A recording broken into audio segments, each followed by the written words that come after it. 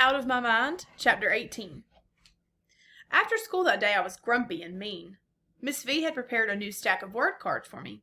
Penny was wearing one of Miss V's turbans and she looked ridiculous.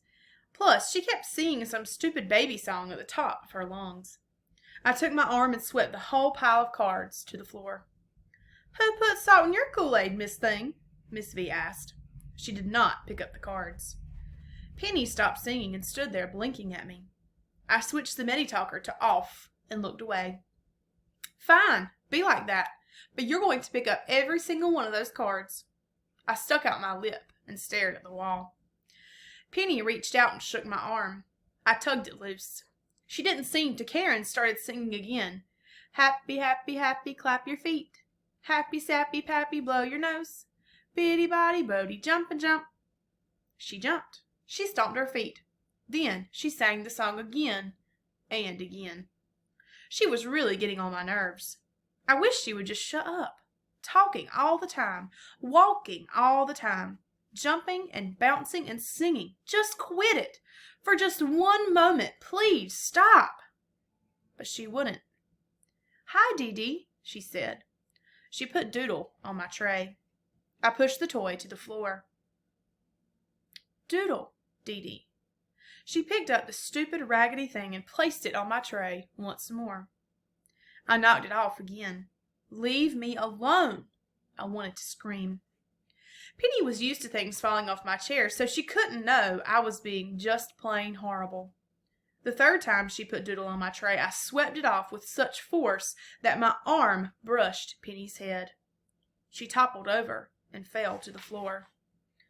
She looked at me, surprise on her face, grabbed Doodle, and ran to Miss V in tears. "What's gotten into you, Melody?" Miss V asked as she rocked Penny on her lap. How could I explain? I didn't want to cry, but I did. I turned my wheelchair so it faced the wall just as the phone rang. Miss V looked from me to the phone, sighed and got up to answer it. "Oh, hello, Catherine." "Catherine?" I turned my chair slightly to listen better. "Out of sorts?" Miss V asked. "Well, as a matter of fact, she does seem a little mopey this afternoon." "No, I take that back. She's downright monstrous." Miss V caught my eye and made a funny face at me. I just glared at her. I'm not surprised she got all the questions right. The child is brilliant. A lot of good it does me. The teacher said what? Great. Now everybody would know. Just thinking about it made me feel like pond scum again. In front of her classmates? What kind of professional was he supposed to be? Miss V looked furious. How did she react?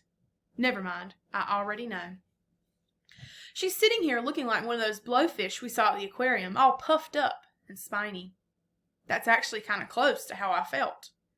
"Thanks so much for calling, Catherine," Miss V said. "Yes, please call our parents this evening, and I'll be sure to talk to them as well. I'm going to work on this problem right now." With that, she hung up the phone, sat Penny down on the floor, put her hands on her hips, and turned to look at me. I figured here's where she hugs me and makes me feel better.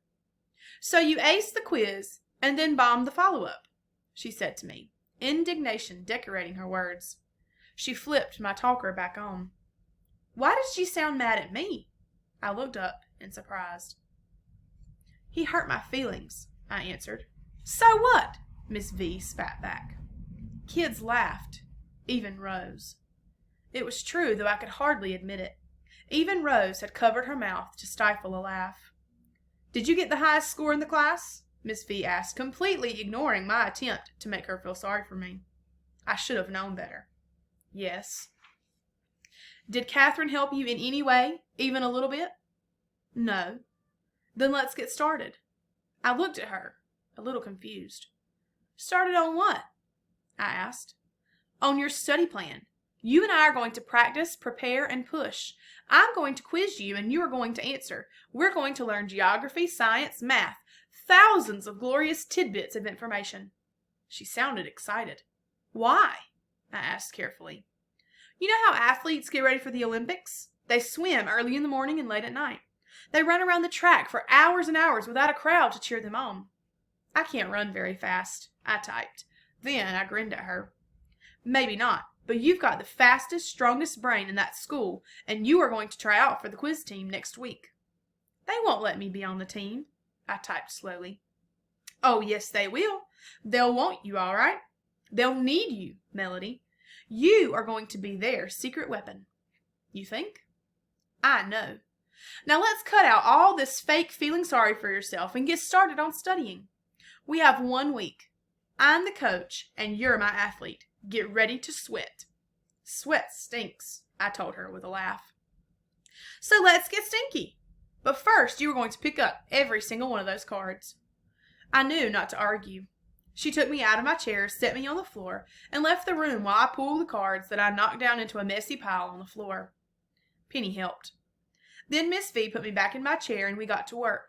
She was going to be a tough coach. How was the test set up? She asked me. A, B, C, D, I tapped. Multiple choice. Wonderful. Piece of cake for you. I wasn't sure about that, but I didn't disagree with her. She went to her computer and found a web page that listed every U.S. state and capital. Did those in school, I told her. Great, so we'll do them again. I fake groaned. Miss V then looked up the capitals of all the major countries in the world. Gee, there sure are a lot of countries. But once she read them out loud to me, I had the info stuck in my head. What's the capital of Hungary? She demanded. I knew the answer was Budapest before she even gave me the 4 choices. A, Accra, B, Berlin, C, New Delhi, D, Budapest. I pushed D, of course. Miss V didn't stop to cheer. She kept going. I correctly answered that Tokyo was the capital of Japan, Addis Ababa, the capital of Ethiopia, Ottawa, the capital of Canada, and Bogota, the capital of Colombia. She quizzed me until Dad came to pick us up.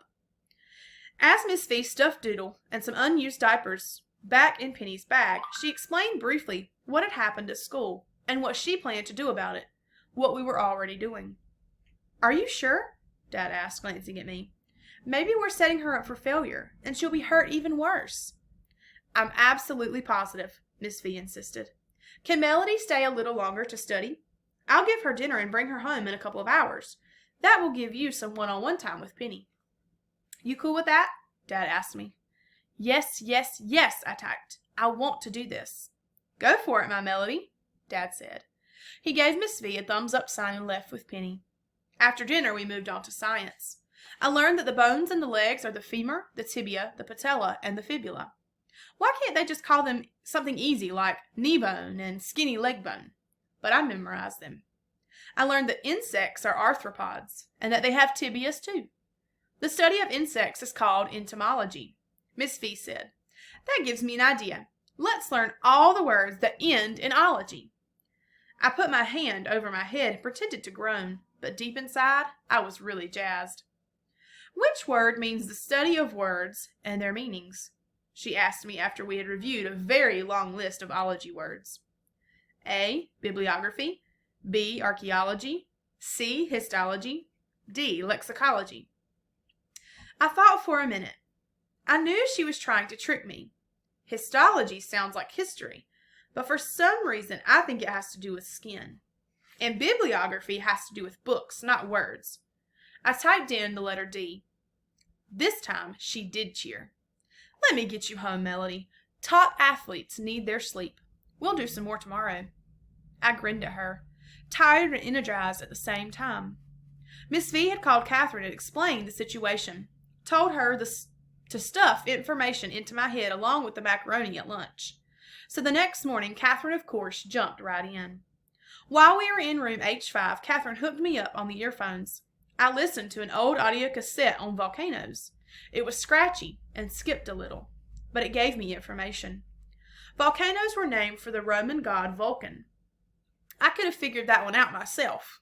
I found out about lava and ash. I learned about how the whole city of Pompeii got covered up when Vesuvius erupted.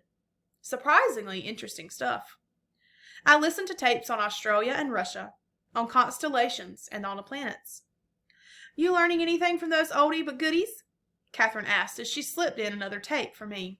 It was on diseases. Info always good, I typed. I feel you, she replied. Are you still upset about what happened in Mr. Deming's class? Deleted the memory. Need room for facts.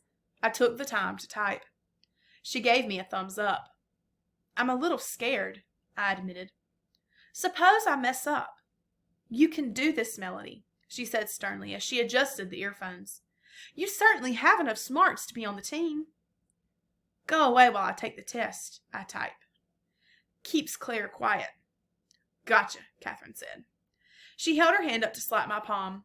It wasn't much of a slap, more like a mushy grab, but we were on the same page.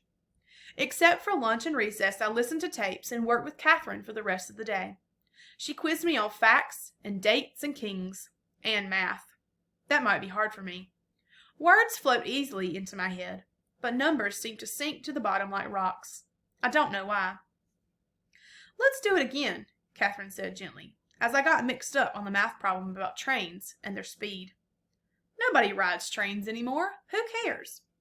But she kept at it until it made sense to me. I discovered that if I make numbers into a picture story in my mind, the answer comes easier. I changed the figures to words. Magic. Instead of going out for inclusion classes, I shook my head and told Catherine I didn't want to go. I wanted to stay and study instead. Evidently, I wasn't missed. Nobody sent a frantic message to room H5 wondering why Melody wasn't in class today. Nobody peeked their head in the door to see if I was absent or sick or maybe having a convulsion in the middle of the floor. Nobody seemed to notice at all.